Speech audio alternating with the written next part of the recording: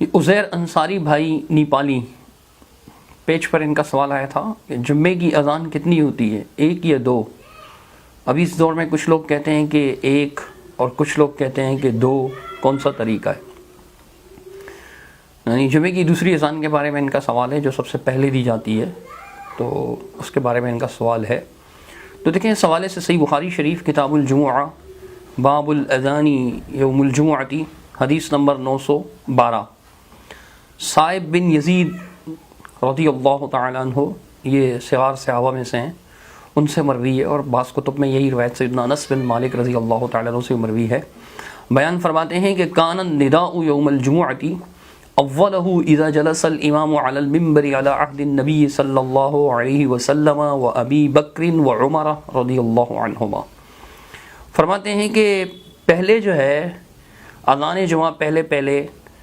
جب امام ممبر پر بیٹھ جاتا تھا، یعنی جمعے کا خطبہ دینے کے لیے امام جب تشریف لاتے ہیں مسجد میں تو پہلے بیٹھتے ہیں، جب وہ ممبر پر بیٹھ جاتے ہیں تو پھر اذان ہوتی تھی۔ نبی کریم صلی اللہ علیہ وسلم کے عہد مبارک میں بھی اسی طرح ہوتا تھا، اور پھر اس کے بعد جو ہے ابو بکر و عمر رضی اللہ تعالیٰ عنہما، ان کے زمانے میں بھی معاملہ یہی رہا۔ فلما کان عثمان رضی اللہ عنہ، جب عثمان رضی اللہ تعالیٰ عنہ آئے، یعنی ان کا عہد خلافت آیا، وکثر الناس،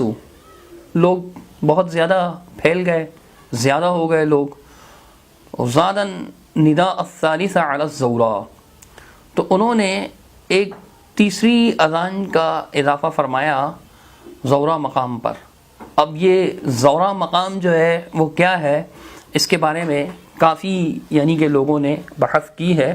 تو اس حوالے سے میں بہتر سمجھتا ہوں کہ علامہ عینی حنفی رحمۃ اللہ علیہ کی عمدۃ القاری جو ہے، اس کی شرح صحیح البخاری، اس میں اسی چیپٹر کے اندر اس میں وہ بیان فرماتے ہیں اس حدیث کے بارے میں، کہ وہ کہتے ہیں کہ وہ عند ابن ماجہ اور ابن خزیمہ میں اس لفظ سے یہ روایت مروی ہے، بلفظ زاد النداء الثالث على دار في السوق يقال لها الزوراء، وعند الطبراني فأمر بالنداء الأول على دار له يقال لها الزوراء۔ فرمایا کہ یہ جو تیسری اذان ہے، اس کو میں یہ بھی بتا دوں کہ تیسری کیوں کہا جا رہا ہے، حدیث میں آتا ہے بخاری میں اور دیگر کتب میں، تیسری اس لیے کہا جا رہا ہے کہ اقامت پر بھی اذان کا اطلاق ہوتا ہے، جیسے حدیث رسول اللہ صلی اللہ علیہ وسلم کی، اللہ کے رسول صلی اللہ علیہ وسلم نے فرمایا کہ بین کل اذانین صلاۃ، ہر دو اذانوں کے درمیان میں نماز موجود ہے، یعنی اذان اور اقامت کے درمیان میں نماز ہے، نوافل ہے، آپ پڑھنا چاہیں تو پڑھ لیں، جیسے سنتیں وغیرہ پڑھی جاتی ہیں۔ تو یہ دو تو تھیں، اقامت اور اذان، لیکن ایک اور اذان، تو اس وجہ سے یعنی کبھی کبھی اذان پر بھی، اقامت پر بھی اذان کا اطلاق ہوتا ہے، تو اس وجہ سے اس کو تیسری کہا گیا، اور یہ سب سے پہلے ہوتی تھی۔ تو فرمایا کہ یہ جو ابن ماجہ میں لفظ ہیں، اس میں ہے کہ تیسری اذان جو ہے وہ ایک گھر پر ہوتی تھی جو بازار میں تھا، اسے زورا کہا جاتا تھا، یعنی زورا ایک مقام ہے جو بازار ہے مدینہ منورہ کا، مسجد نبوی میں نہیں ہوتی تھی، عرض کرنے کا مقصد یہ ہے۔ اب اگر کوئی اس حدیث کو سامنے رکھتا ہے کہ اللہ کے رسول صلی اللہ علیہ وسلم نے فرمایا کہ میرے بعد سنن نبی داؤد وغیرہ میں یہ حدیث موجود ہے کہ من یعش منکم فسیرى اختلافا کثیرا، تم میرے بعد جو زندہ رہا وہ بہت سے اختلافات دیکھے گا، تو اس وقت تمہیں کیا کرنا ہے، علیکم بسنتی و سنت الخلفاء الراشدین، کہ تمہیں میری اور میری خلفاء راشدین کی سنت پر لازم عمل کرنا ہے۔ تو بلا شبہ سیدنا عثمان رضی اللہ تعالیٰ عنہ جو ہے وہ تیسرے خلیفہ راشد تھے۔ اب اگر کوئی ان کی سنت پر عمل کرنا چاہتا ہے تو اسے چاہیے کہ اپنے علاقوں کے بازاروں میں جا کر، مارکیٹس میں جا کر اذان دے دیں، یہ حضرت عثمان کی سنت ہے۔ مسجد میں دینا یہ حضرت عثمان کی سنت نہیں ہے،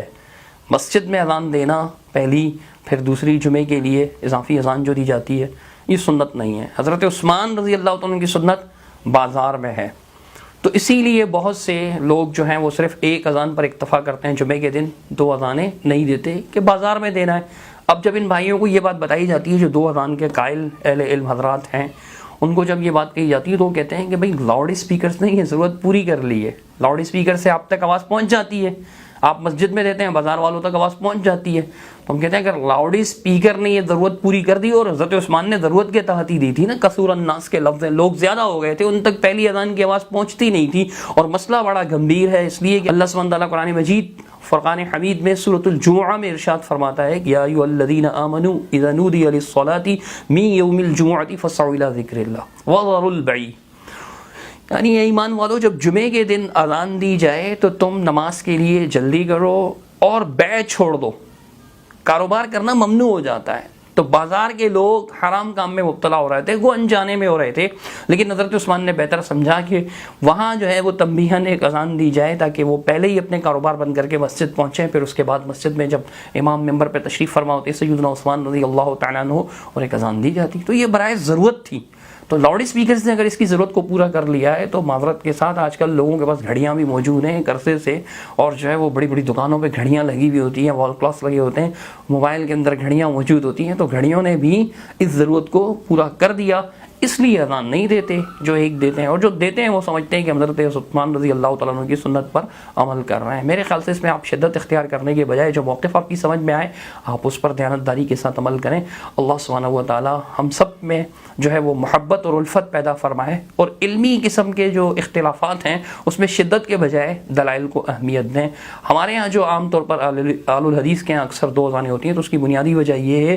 کہ یہ برائے ضرورت تھی, اب جب ضرورت نہیں رہی تو پھر اذان دینے کی بھی ضرورت نہیں ہے. اصل تو اللہ کے نبی صلی اللہ علیہ وسلم کی سنت ہے, ابو بکر و عمر کے مکہ بھی یہی طریقہ تھا. اب بھی اگر ضرورت محسوس ہوئی اس طرح کی, یہ لاؤڈ اسپیکرز وغیرہ اور اس طرح کے کیا کہتے ہیں اپنا گھڑیاں اور موبائل وغیرہ, ان کا ٹائم کا مسئلہ نہ ہو, یہ نہ ہوتا, تو اگر کہیں دی جاتی تو ہم اس پر کوئی شدت سے انکار نہ کرتے ہیں, ہم کہتے ہیں ٹھیک ہے بھائی صحیح ہے, ضرورت ہے.